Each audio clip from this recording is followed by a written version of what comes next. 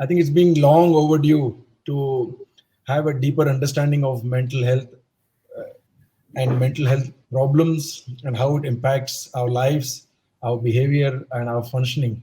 Um, WHO itself has very clearly outlined that uh, mental health is a state of complete physical, psychological, and social well being, not just an absence of disease or infirmity, which makes mental health as an integral and essential component of health. And if you look at the statement made by Dr. Brooke Chisholm, who was the first Director General of WHO, he made a statement in 1954 that without mental health, there can be no true physical health. So the importance of mental health has been quite clearly outlined by the World Health Organization and now by everybody else in the world that it is important and we need to take stock of it and we need to have a deeper awareness and understanding of mental health because without which we can have a wide range of problems. It has long been established that mental health and the physical health are interconnected or interlinked. So, bodily ailments can lead to psychological reactions, and psychological problems can lead to bodily ailments. Um, and when people have psychological problems or emotional and mental health problems, their recovery from illnesses, their uptake Yeah. of treatment can be delayed or slowed down.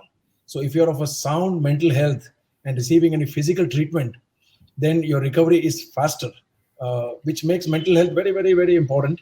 Uh, but it is also important uh, to understand that when we are faced with things like crisis, like the pandemic that we are facing, the mental health or sound mental health becomes very, very important uh, uh, to to look after yourself, to be able to cruise through the crisis, to be able to go through difficulties.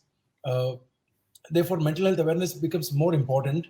For example, mental health issues have now come to the surface since the onset of the pandemic. And what we are seeing now is that there's been at least a 20% increase in new mental health problems as reported by the Indian Psychiatric Society. Uh, there's fear that this might just be the tip of the iceberg and a full-blown mental health crisis may be looming upon us. So the pandemic has also taught us that having a deeper understanding of mental health is become very, very important because for one important reason, because the pandemic itself has affected about 16 lakh people in India, for example, out of 130 crore people. So that's a Yeah. small number considering the kind of fear and paranoia that is prevalent across the world, or at least across the India also.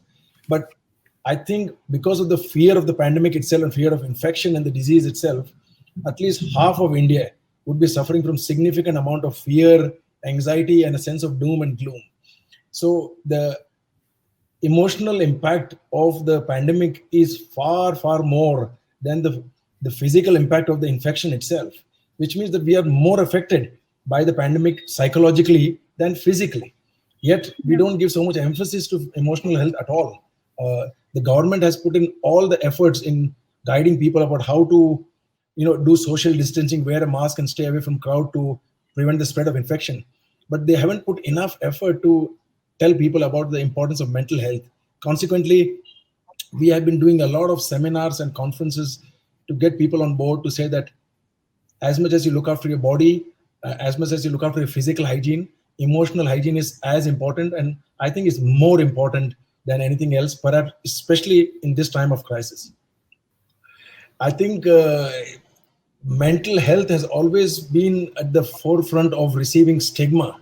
And if you look at the definition of stigma itself is very clear cut.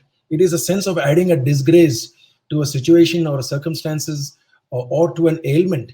Or to put it simply, stigma simply means a strong sense of disapproval from people, from society about a medical condition or an ailment, which leads to alienation and isolation.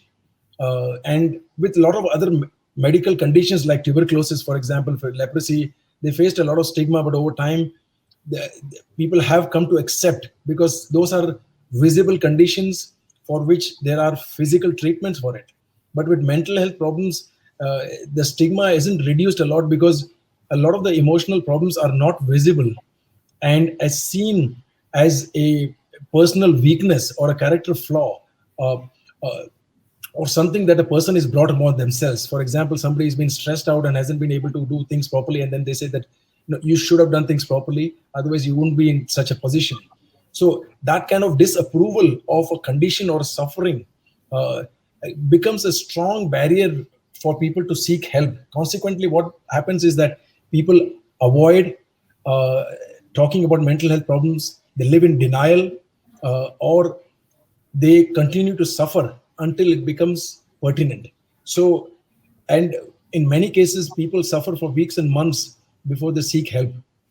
And consequently, what we see is that people end up in crisis or a severe state of mental health ailments before they seek help. So stigma acts as a very, very strong barrier.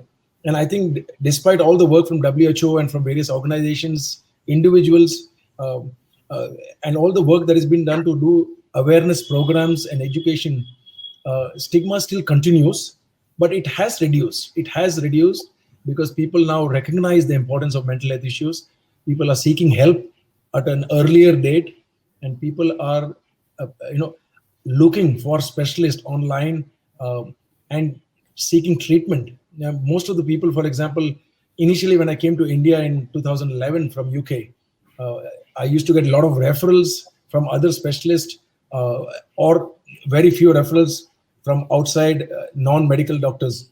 Uh, but now about 70 to 80% of people I see have come to see me directly. They look me up on the internet, they look up my website, and then they come and see me. So that makes a lot of difference, purely to say that people are actually looking for specialists and then seeking help and then making that effort to come and seek help. So which is a big change. Stigma continues to affect mental health problems and mental health, those suffering from mental health problems, but it's hopefully on a downslide.